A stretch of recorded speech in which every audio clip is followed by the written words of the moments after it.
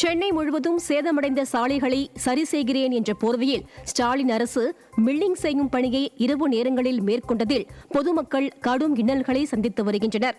Chennai cathedral சாலையில் milling செய்து மீண்டும் சாலை போடாமல் கிடப்பில் போட்டதில் ஜல்லிக்கற்களால் விபத்து ஏற்பட்டு பலரும் காயத்துடன் வீட்டுக்கு செல்லும் நிலை உள்ளது.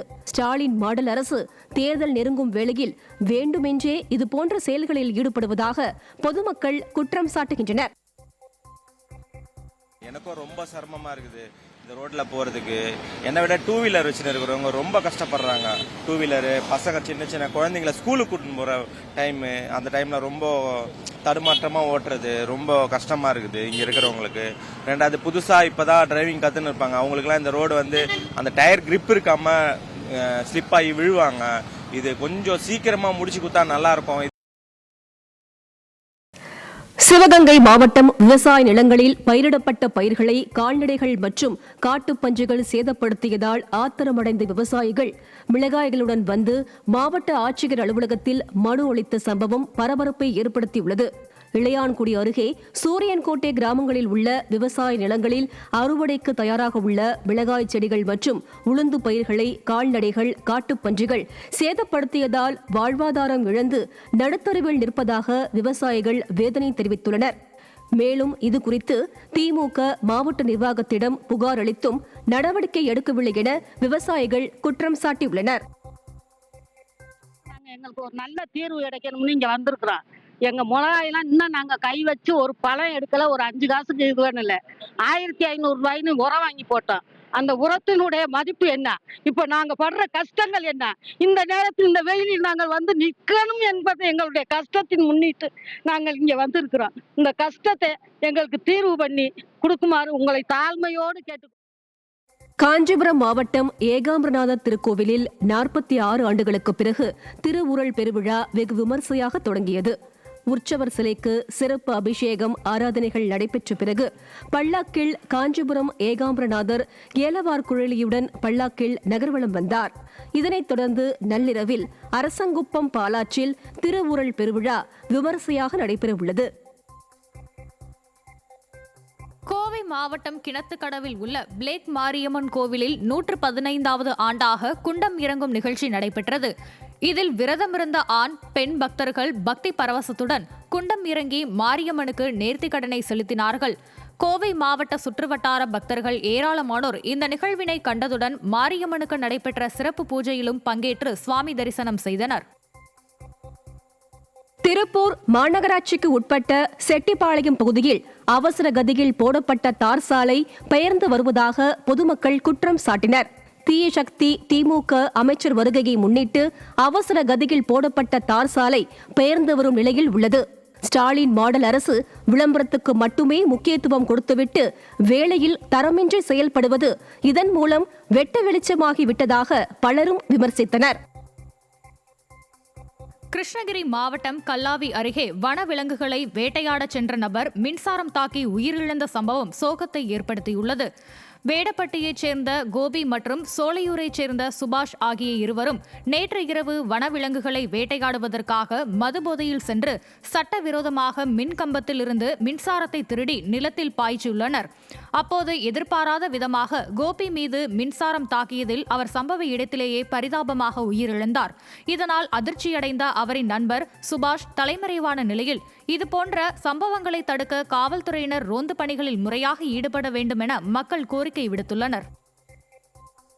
காஞ்சிபுரம் மாவட்டம் வெங்காடு ஊராட்சியில் நீர்பிடிப்பு பகுதிகளில் உள்ள வீடுகளை இடிப்பதற்கு கிராம மக்கள் எதிர்ப்பு தெரிவித்து சாலை மறியல் போராட்டம் நடத்தினர்.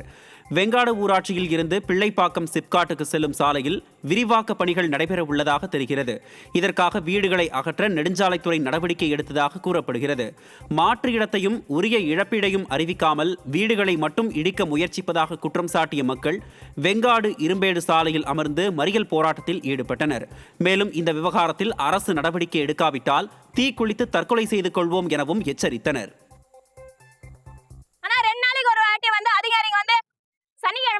சனிக்கிழமை நீங்க ஞாயிற்றுக்கிழமை ஒரு நாள் தான் டைம், உங்களுக்கு திங்கக்கிழமை எல்லாத்தையும் காலி பண்ணிடுவாங்க அப்படி இப்படின்னு சொல்றாங்க. அதனால நாங்க இந்த போராட்டம் நடத்தணும். எங்களுக்கு அந்த மாற்று இடம் கூட வேணாம். இது வெட்ட வெளியே தெரிஞ்சிச்சு கம்பெனிக்காக தானே. அப்ப கம்பெனிக்காக பார்க்கிங் இடம் நீர்நிலை போற பக்கம் கம்பெனிக்காக கொடுக்கலாம். அப்ப மக்களுக்காக அந்த நீர்நிலை இதுவா தரக்கூடாதா? எங்க நிலத்தை வாங்கின்னு எங்க இதுவா பண்ணி அப்ப மக்களை வெளியே சேர்த்ததுக்கு என்ன நியாயம் இருக்குது? எங்களுக்கு நியாயம் தேவை. இதுல நாங்க உட்கார்றோம் இந்த போராட்டத்துக்கு. ஈரோடு மாவட்டம் பெருந்துறை அருகே உரிய அனுமதியின்றி தங்கியிருந்த நைஜீரியா நாட்டை சேர்ந்த இளம்பெண் உட்பட 3 பேர் பிடிபட்டனர். பெருந்துறையை சுற்றிய சிப்காட்டில் வெளிநாட்டினர் சட்டவிரோதமாக தங்கி வேலை செய்து வருவதாக கூறப்படுகிறது. இந்நிலையில் வேப்பம்பாளையம் பகுதியில் 2 ஆண்டுகளாக சட்டவிரோதமாக தங்கியிருந்த நைஜீரியா நாட்டை சேர்ந்த 2 ஆண்கள் மற்றும் 18 வயது இளம்பெண் பிடிபட்டனர். ஆண்கள் திருவண்ணாமலை சிறப்பு முகாமிலும் இளம்பெண் திருச்சி சிறப்பு முகாமிலும் ஒப்படைக்கப்பட்டனர்.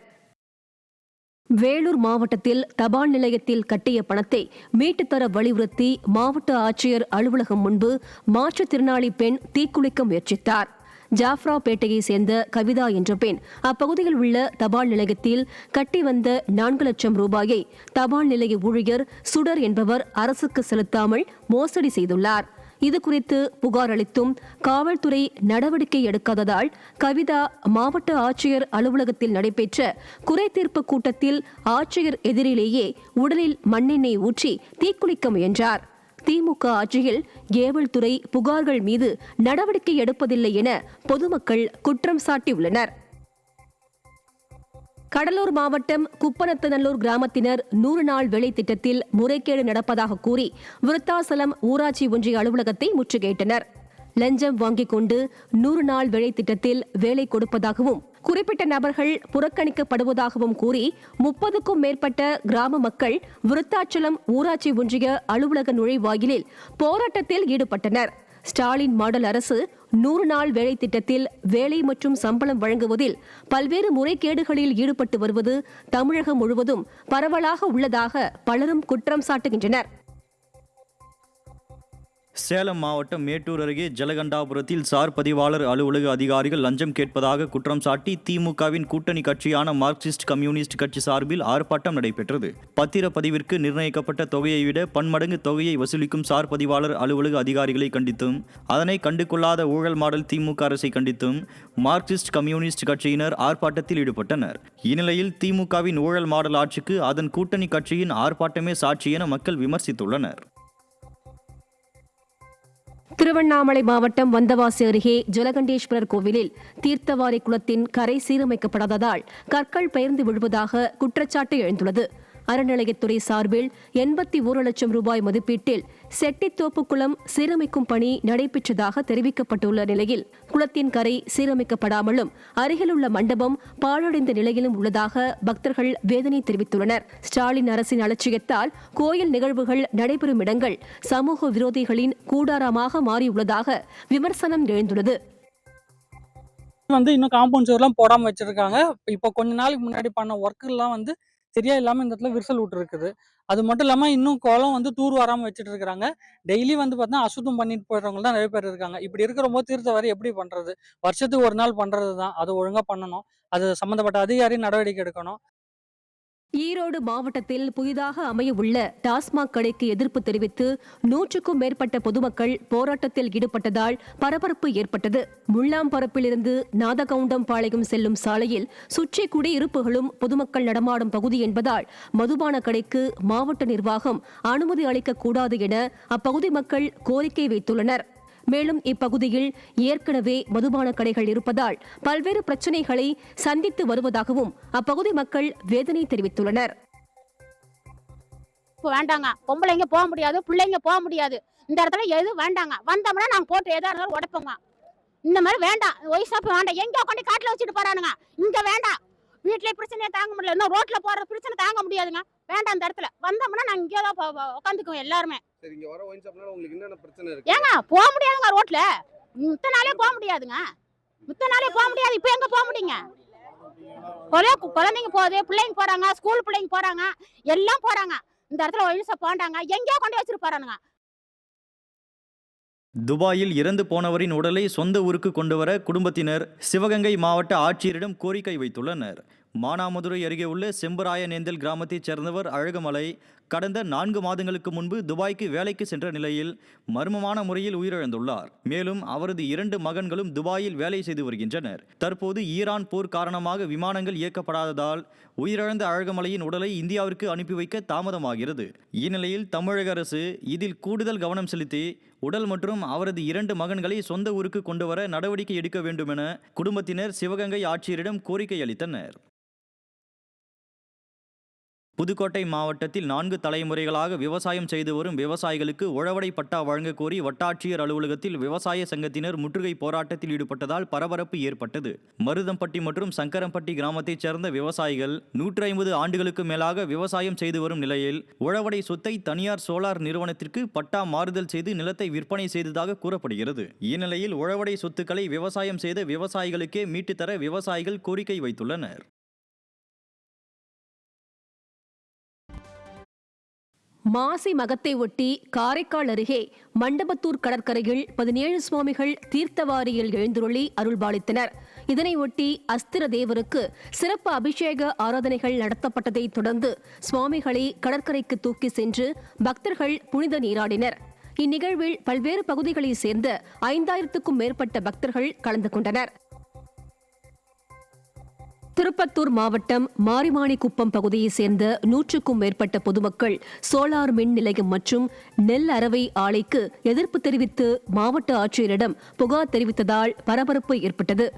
நீலிகொள்ளை, எம். கிருஷ்ணாபுரம், பூங்காநகர் உள்ளிட்ட 10க்கும் மேற்பட்ட கிராமங்களில் உள்ள பொதுமக்கள் விவசாயத்தை மட்டுமே நம்பி பிழைப்பு நடத்தி வரும் நிலையில் விவசாய நிலங்களை ஆக்கிரமித்து சோலார் மின் நிலையம் மற்றும் நெல் அரவை ஆலை அமைக்க இருப்பதாக அப்பகுதி பொதுமக்கள் வேதனை தெரிவித்துள்ளனர். கோவை மாவட்டம் பொள்ளாச்சி பேருந்து நிலையத்தில் மதுபோதை ஆசாமி ஒருவர் காவலரை அவதூறாக பேசி அட்டகாசத்தில் ஈடுபட்ட சம்பவம் மக்களிடையே அதிர்ச்சியை ஏற்படுத்தியுள்ளது. பொள்ளாச்சி பேருந்து நிலையத்தில் மதுபோதை இளைஞர் ஒருவர் அங்கிருந்த பயணிகள் மற்றும் பேருந்து ஓட்டுநர்களை தகாத வார்த்தையில் திட்டி தகராறில் ஈடுபட்டுள்ளார். இதையடுத்து அங்கு வந்த காவலரையும் இளைஞர் அவதூறாக பேசி அட்டகாசத்தில் ஈடுபட்டார். திமுக அரசு வீதிக்கு வீதி மதுக்கடைகளை திறந்து வைத்துள்ளதால் போதை ஆசாமிகள் தொடர்ந்து மக்களுக்கு இடையூறு ஏற்படுத்தி வருவதாக குற்றம் சாட்டியுள்ளனர். மயிலாடுதுறை மாவட்டம் எருக்கூர் இருளந்தோப்பில் பட்டியலின மக்களுக்கு இலவச வீட்டுமனை பட்டா அளிக்கப்பட்டு 8 மாதங்களாகியும் இடம் அளவீடு செய்து வழங்கப்படாததை கண்டித்து ஆட்சியர் அலுவலகம் முன்பாக ஆர்ப்பாட்டம் நடைபெற்றது. திமுக அரசின் மாவட்ட நிர்வாகம் கடந்த 8 மாதங்களாக 45 பட்டியலின குடும்பங்களுக்கு வழங்கப்பட்ட வீட்டுமனைகளை பிரித்து வழங்காததால் இன்னலுக்கு ஆளாவதாக அம்மக்கள் குற்றம் சாட்டியுள்ளனர்.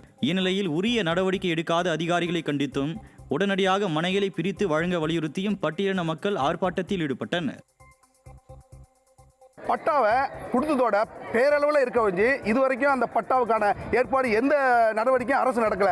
பட்டாவுக்கான இடத்த எங்களுக்கு எந்த இடம்னு காமிச்சிங்கன்னா அவங்கவுங்க வீடு கட்டிப்போன்னு சொல்லி இது வரைக்கும் நடவடிக்கை எடுக்கல. அந்த நடவடிக்கை எடுக்கலுங்கிற ஒரே காரணத்துக்காக இன்றைக்கி மாவட்ட ஆட்சி அலுவலகத்தில் வந்து போராட்டத்தை தொடங்கியிருக்கோம். இந்த போராட்டம் இந்த இடத்த அளந்து கொடுக்காத வரைக்கும் இந்த இடத்த விட்டு நாங்கள் போக மாட்டோம். எதற்காக தமிழக அரசு அந்த வருவாய்த்துறையும் மாவட்ட ஆட்சியரும் காலம் தாழ்த்து வர நோக்கம் தெரியணும். நாமக்கல் மாவட்டத்தில் சிப்காட் அமைக்க எதிர்ப்பு தெரிவித்து விவசாயிகள் மற்றும் பொதுமக்கள் மாவட்ட ஆட்சியர் அலுவலகத்தில் கண்டன ஆர்ப்பாட்டத்தில் ஈடுபட்டதால் பரபரப்பு ஏற்பட்டது. வளையப்பட்டி, என் புதுப்பட்டி, அரூர் பகுதிகளில் 750 ஏக்கர் விவசாய நிலங்களை அழித்து சிப்காட் அமைக்க திமுக அரசு பல்வேறு திட்டங்களை தீட்டி வருவதாக விவசாயிகள் வேதனை தெரிவித்துள்ளனர். மேலும் விவசாய நிலங்களை கையகப்படுத்தி சிப்காட் அமைக்கும் பணிகளை திமுக அரசு கைவிட வேண்டும் என விவசாயிகள் கோரிக்கை வைத்துள்ளனர். மாற்று இடத்தில் வைத்து சுவாமி சிலைகளுக்கு பூஜை நடைபெற்று வந்த நிலையில் மர்ம நபர்கள் கோவிலை தீயிட்டு கொளுத்திய சம்பவம் பரபரப்பை ஏற்படுத்தியுள்ளது.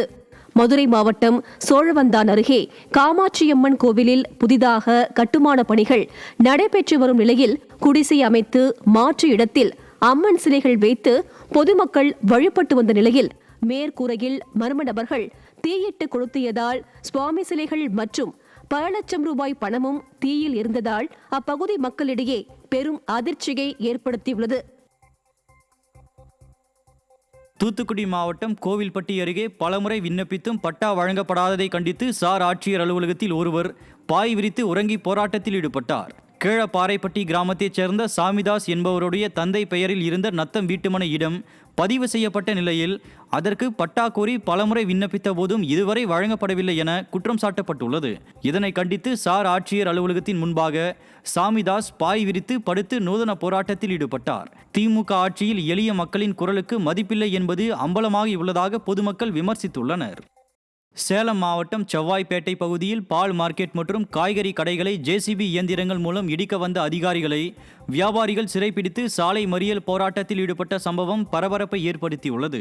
புதிதாக கட்டிடம் கட்ட மாநகராட்சி நிர்வாகம் திட்டமிட்ட நிலையில் கடைகள் இடமாற்றம் செய்வதற்கு 3 மாத காலம் அவகாசம் முடியும் முன்னரே ஜேசிபி இயந்திரத்தை கொண்டு வந்து அதிகாரிகள் கடைகளை அகற்றுவதற்கு வியாபாரிகள் எதிர்ப்பு தெரிவித்துள்ளனர். மேலும் அவசரமாக அதிகாரிகள் ஏன் கடைகளை அகற்ற வேண்டும் என வியாபாரிகள் கேள்வி எழுப்பியுள்ளனர்.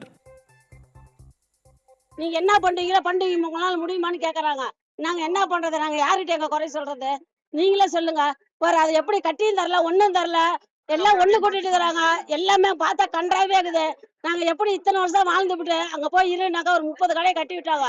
அதை கட்டி நல்லாவே கட்டி விடல, மரம்லாம் சாயுது. நாங்க அங்க எப்படிங்க போய் இருக்கிறது? தருமபுரி மாவட்டம் அரூர் அருகே உள்ள தீர்த்தமலை தீர்த்தகிரீஸ்வரர் திருக்கோவிலில் மாசிமக திருவிழா கொடியேற்றத்துடன் கோலாகலமாக துவங்கியது. முன்னதாக தீர்த்தகிரீஸ்வரரும் சிவகாமி அம்மையாரும் அலங்கரிக்கப்பட்ட பல்லக்கில் வலம் வந்ததை ஏராளமான பக்தர்கள் தரிசித்தனர். பின்னர் கொடிமரத்திற்கு சிறப்பு பூஜைகள் செய்யப்பட்டு கொடியேற்றப்பட்டது. இவ்விழாவின் முக்கிய நிகழ்வான திருத்தேரோட்டம் வரும் 8ஆம் தேதியன்று வெகு விமர்சையாக நடைபெற உள்ளது. விதிமுறைகளை மீறி இயக்கப்படும் பைக் டாக்ஸிகளை கட்டுப்படுத்த தவறிய திமுக அரசு நிர்வாகத்தை கண்டித்து ராமநாதபுரம் மாவட்ட ஆட்சியர் அலுவலகம் எதிரே ஆட்டோ ஓட்டுநர்கள் ஆர்ப்பாட்டத்தில் ஈடுபட்டனர்.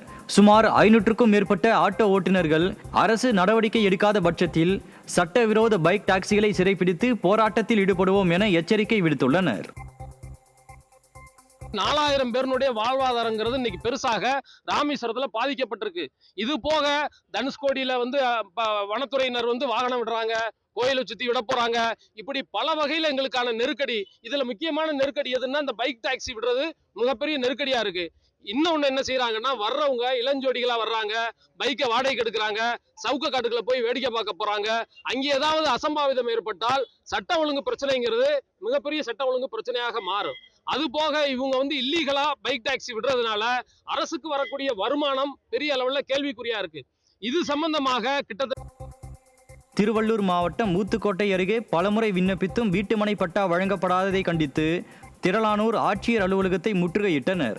காவங்கரை, மெய்யூர், அண்ணாநகர் ஆகிய பகுதிகளில் சொந்த நிலமற்று வாழும் ஏழை மக்கள் இலவச வீட்டுமனை வழங்க கோரி பலமுறை விண்ணப்பித்தும் திமுக அரசின் அலட்சியத்தால் இதுவரை எவ்வித நடவடிக்கையும் எடுக்கப்படவில்லை என்ற குற்றச்சாட்டு உள்ளது.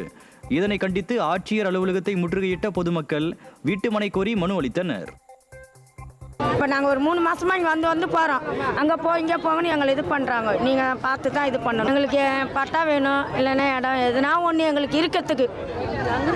எத்தனை வருஷம் நாங்கள் கூட வாடகையே இருக்க முடியும்?